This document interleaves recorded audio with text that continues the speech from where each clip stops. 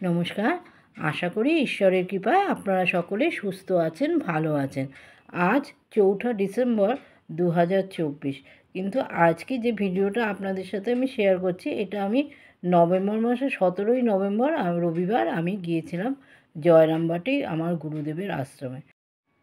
আমি জয়রামবাটি পৌঁছে গিয়েছি। আমার সঙ্গে আছে আমার হাজব্যান্ড আর আমার পোষ্য তুবড়ি। এই আশ্রমটি হচ্ছে জয়রামবাটি যে মাতৃমন্দির আর মায়ের ঘাট যে রাস্তাটা দিয়ে গিয়েছে, সেই মায়ের ঘাটের আগেই বাঁদিকে যে সবজি বাজার আছে, সেই সবজি বাজারের ঠিক পরেই আমার পরম পূজ্য গুরু মহারাজের আশ্রম।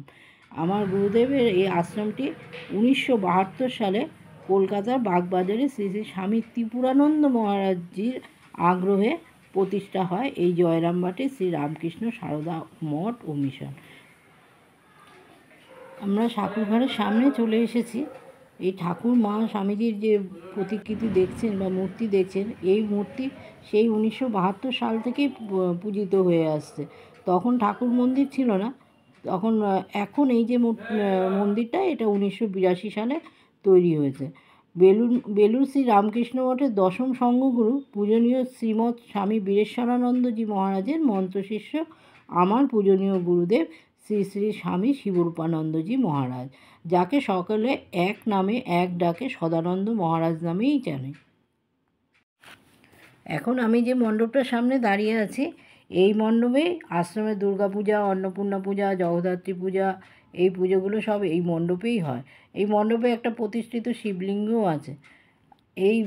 এই যে গাছগুলো দেখছেন না, এই কদিন আগে যে বাঁকুড়া, আরামবাগ, বাঁকুড়া এই অঞ্চলে যে প্রচণ্ড বন্যা হলো, আশ্রমে সমস্ত গাছ নষ্ট হয়ে গিয়েছিল।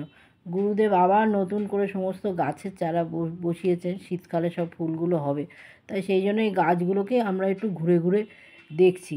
এরপরে আমরা যাব গুরুদেবের সঙ্গে দেখা করতে। আমার গুরুদেবের এত বড় কর্মময় জীবন, সেই জীবনের ব্যাখ্যা করার মতো ক্ষমতা আমার নেই। তবে আমি যেটুকু জানি বা যেটুকু বুঝেছি, সেইটুকুই আপনাদের সাথে আমি শেয়ার করছি। তা গীতায় সেই কর্মযোগ আছে না, তা আমার গুরুদেব হচ্ছেন সাক্ষাৎ কর্মযোগী সন্ন্যাসী। ওনার যে কর্মব্যাপ্তি, সেটা বলার মতো কোনো ক্ষমতাই ঈশ্বর আমাকে দেননি। মানে এটা শুধু উপলব্ধি করার জন্য যে উনি যে কত পরিশ্রম করতে পারেন, সেইটা ওনাকে না দেখলে কেউ বুঝতে পারবে না। আজকে এই আশ্রমটা উনি তিল তিল করে এই 52 বছর ধরে এই এত বড় জায়গায় নিয়ে এসেছে। তো এই গুরুদেবের সাথে আমরা দর্শন করলাম, গুরুদেবের আশীর্বাদ নিলাম। আর ওনার কাছে এলেই উনি প্রথমে বলবে, আগে যাও তোমরা ঘরে গিয়ে বিশ্রাম করো, জল খাও, তারপরে আমার সাথে দেখা করতে আসো। কিন্তু আমার তো সেই তর্স হয় না। আমি এসে আগে ওনাকে দর্শন করি, প্রণাম করি, ওনার আশীর্বাদ নিই, তারপরে ভক্তদের জন্য যে বিশ্রামাগার রয়েছে বা অতিথিশালা রয়েছে, সেখানে আমরা গিয়ে বসি। তাই আমি প্রত্যেকবার তুবড়িকে নিয়ে আসি, আর উনি প্রত্যেকবার তুবড়ির জন্য ভালো দেখে ঘর খুলে দেন, যাতে তুবড়ির কোনো অসুবিধা না হয়। গরমকালে এলেও, গরমকাল শীতকাল কোনো সময়ের জন্য উনি তুবড়িকে এসি ঘর ছাড়া দেন না। উনি বলেন, না না, ওর এসি ছাড়া ওর ভীষণ কষ্ট হবে, ওকে এসি ঘরেই তোমরা রাখো। আর তুবড়ি ওই আশ্রমে আসতে ভীষণ পছন্দ করে। ওকে এই আশ্রমের ঘরে রেখে এরপরে আমরা প্রসাদ খেতে যাব, আশ্রমটা ঘুরে ঘুরে দেখব। ও কিন্তু এই ঘরের মধ্যে একাই থাকবে। আর ভীষণ প্রাকৃতিক পরিবেশটা না তুবড়ি ভালোবাসে। এই জানলা দিয়ে গরুগুলোকে দেখছে, গাছপালা দেখছে, এইগুলো ওর প্রচণ্ড পছন্দের। যার জন্য তুবড়িকে নিয়ে এই আশ্রমে এলে আমরাও খুব আনন্দ পাই, তুবড়িও খুব আনন্দ পায়। গুরুদেব প্রচণ্ড জীবজন্তু ভালোবাসেন। এই যে তুবড়ি আসবে না, উনি কিন্তু তুবড়ি কেমন আছে না আছে, তুবড়ির কোনো অসুবিধা হচ্ছে কি না, সমস্ত খোঁজ নেবে। এবং তুবড়ি কী খাবে, এবং আমাকে সবসময় বলবে, তুবড়ি যেটা খাবে তুমি আশ্রমের থেকে বলবে, ওরা কর্মচারীরা তোমাকে দিয়ে দেবে। তবে আমি তুবড়ি খাবারটা বাড়ির থেকে নিয়ে আসি, কারণ তুবড়ি তো সকাল 10টার মধ্যে খেয়ে নেয়। আমি আর আশ্রমের লোকেদের বিব্রত করতে চাই না। যাই হোক, আপনাদের সাথে কথা বলতে বলতে আমরা খাবার ঘরে চলে এসেছি। এবার আমরা প্রসাদ নেব। এবার এবছর তো আমার আস্তে আস্তে অনেক দেরি হয়ে গেছে। আমি অ্যাকচুয়ালি আশ্রমে আসি একাদশীর দিন, দুর্গাপুজোর পরে যে একাদশী কিংবা দ্বাদশীর দিন আমি আশ্রমে আসি। কিন্তু এবছর কোনোভাবেই সেই সুযোগ সুবিধা করে উঠতে পারলাম না। এই আজ যাই কাল যাই, এটা অসুবিধা সেটা অসুবিধা করতে করতে জগদ্ধাত্রী পুজো কাটিয়ে এসেছি। তাই জগদ্ধাত্রী পুজো কাটিয়ে আসাতে আমার একটা লাভ হয়েছে, যে আশ্রমে আজকে ভিড় খুব কম। আজকে আমরাই মনে হচ্ছে বাইরের লোক, আর তো কাউকে দেখতে পাচ্ছি না, যার ফলে গুরুদেবের সাথেও অনেকটা সময় কাটাতে পেরেছি। আবার আশ্রমটাও চারিদিক ঘুরে ঘুরে দেখলাম। এই আশ্রমের গোশালাটায় এসেছি, গোশালাটা আমি কোনোদিনও দেখিনি।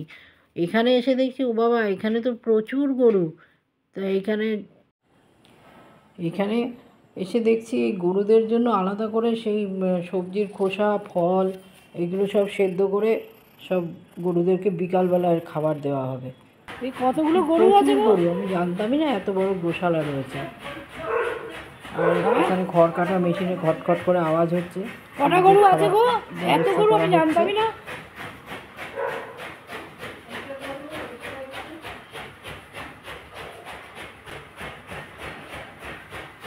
গোটা কুড়ি তো আছেই।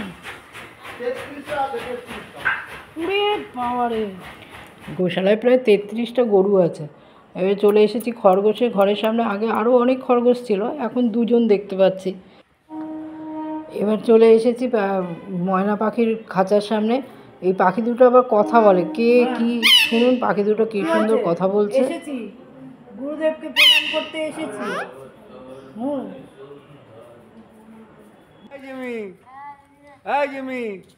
আয় আয়, অন্য বন্ধুদের ডাক। ওই দেখো ঠিক নামটা চিনেছে। এই ল্যাব্রাডরটা এবার নতুন এসে দেখলাম। এছাড়া আমাদের দেশি কুকুরগুলো তো রয়েছে, ওনার বিড়াল রয়েছে। বিড়ালটা সব সময় ওনার খাটের তলায় বসে থাকে, ওখানে বসেই সে দুধ খাবে, বিস্কুট খাবে, মিষ্টি খাবে, সমস্ত খাবে। যাই হোক, আমাদের প্রসাদ খাওয়া হয়ে গেছে। এবার চলুন আস্তে আস্তে আস্তে আপনাদেরকে আশ্রমটা ঘুরে দেখাই। আশ্রম পরিচালিত হোমিওপ্যাথি ডিসপেন্সারির মাধ্যমে স্থানীয় মানুষদের বিনামূল্যে সারা বছর ওষুধ দেওয়া হয়। তাছাড়া ঠাকুর শ্রী শ্রী ঠাকুর, শ্রী শ্রী মা, শ্রী শ্রী স্বামী বিবেকানন্দ মহারাজের তিথি পূজা, অন্নপূর্ণা পূজা, দুর্গা পূজা, ফলহারিণী কালী পূজা, এইসব বিভিন্ন পূজা উৎসবের মাধ্যমে সমস্ত ভক্তদের মধ্যে প্রসাদ বিতরণ এবং অসংখ্য দরিদ্র নারায়ণ সেবা করা হয়। এবং সারা বছর ধরে গুরুদেব বিভিন্ন উৎসবের মাধ্যমে দরিদ্র নারায়ণ সেবা করে যান। আর গুরুদেবের জীবে সেবা, উনি শিবরূপেই সমস্ত জীবকে সেবা করেন। ওনার গোশালা তো দেখলেন, অত বড় গোশালায় প্রত্যেকটা গরুর প্রত্যেক দিন যত্ন রাখা, তাদের জন্য কর্মচারী রাখা। এই হাঁস, খরগোশ, কুকুর, পাখি, এরা প্রত্যেকেই গুরুদেবের কৃপা, করুণা, ভালোবাসা, সেবা দ্বারা প্রতিপালিত হচ্ছে। এই যে বিল্ডিংটা দেখছেন, এখানে অত্যন্ত দুস্থ পরিবারের 90টি বাচ্চা আবাসিক হিসাবে থাকে। এই আবাসিক বাচ্চাদের সমস্ত দায়িত্বটাই গুরুদেব পালন করেন। তাদের পোশাক আশাক বা পড়াশোনার জিনিসপত্র, সমস্ত কিছু, খাওয়া দাওয়ার সমস্ত কিছু গুরুদেব ব্যবস্থা করেন। আর ওনার প্রতিষ্ঠিত যে দুটো স্কুল আছে, প্রাইমারি স্কুল আর একটা হলো জুনিয়র হাই স্কুল, এই দুটো স্কুলে প্রায় 1000-1200 মতো বাচ্চা পড়াশোনা করে। গ্রামের আশেপাশ থেকে সেই সব বাচ্চারা আসে, তা সেই স্কুলে পড়াশোনা করে। এইখানে যে স্কুলটা ক্লাস 8 অবধি, এখনও 9-10-এর পারমিশনটা আসেনি। কিন্তু যারা 8 অবধি ওনার কাছে পড়াশোনা করে, তাদের মাধ্যমিক অবধি পড়াশোনার দায়িত্বটাও উনি নেন, অন্যভাবে ব্যবস্থা করে দেন। যারা ভালো স্টুডেন্ট তাদেরকে উনি স্কলারশিপ জোগাড় করে দেওয়া, কলকাতায় তারা যাতে পড়াশোনা করতে পারে সেই ব্যবস্থা করা। এবং ওনার বহু স্টুডেন্ট আছে যারা বিদেশে গিয়ে প্রতিষ্ঠিত হয়েছে। মানে ওনার বললাম না, ওনার কর্ম এত ছড়ানো, এত ব্যাপ্তি ওনার কর্ম, যে তার ব্যাখ্যা করার কোনো ক্ষমতাই আমার নেই। তো এই যেটুকু আমি পারছি সেটুকুই আপনাদের জানাচ্ছি। গুরু কৃপা না হলে তো গুরুর বর্ণনা করা যায় না। তাই যেটুকু উনি আমাকে কৃপা করেছেন, আমি সেইটুকুই, ওনার কর্মের ব্যাপ্তিটুকু আপনাদের সামনে তুলে ধরছি। আপনাদের সাথে কথা বলতে বলতে আমি চলে এসেছি গুরুদেবের প্রতিষ্ঠিত কালী মন্দিরের দিকে। এই কালী মন্দিরে ঢোকার রাস্তাটা আমার ভীষণ ভালো লাগে। রাস্তাটা মাঝখান দিয়ে বাঁধানো, দুই দিকে, একদিকে একটা পুকুর আছে আর চারিদিকে গাছপালা, ফুলের বাগান, আর বিভিন্ন মডেল, এখানে যেমন রামচন্দ্র আর হনুমানের মডেল রয়েছে, এরকম বিভিন্ন মডেল দিয়ে এটা সাজানো। এসে গেছি কালী মন্দিরের সামনে। আর এই যে টিনের চালাঘরটা দেখছেন, এখানে যজ্ঞ হয়, মানে মায়ের ফলহারিণী অমাবস্যা বা বড় বড় পুজো যেগুলো, সেই পুজোর যে যজ্ঞগুলো, সেই যজ্ঞটা এই টিনের চালাঘরটায় হয়। এবার এসে গেছি কালী মন্দিরের সামনে।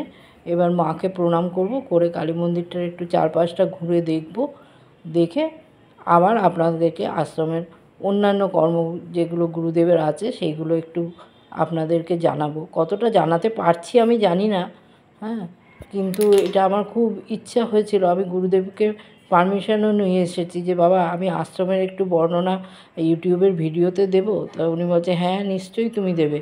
তা কতটা আমি দিতে পারছি সেটা আমি জানি না, তবে আমি খুব চেষ্টা করছি। তাই এই যে মায়ের গুরুদেব প্রতিষ্ঠিত মা কালীর মূর্তি, এখানে নাকি ভবতারিণী বলা হয়, এই মাকে প্রণাম করে এবার যাব।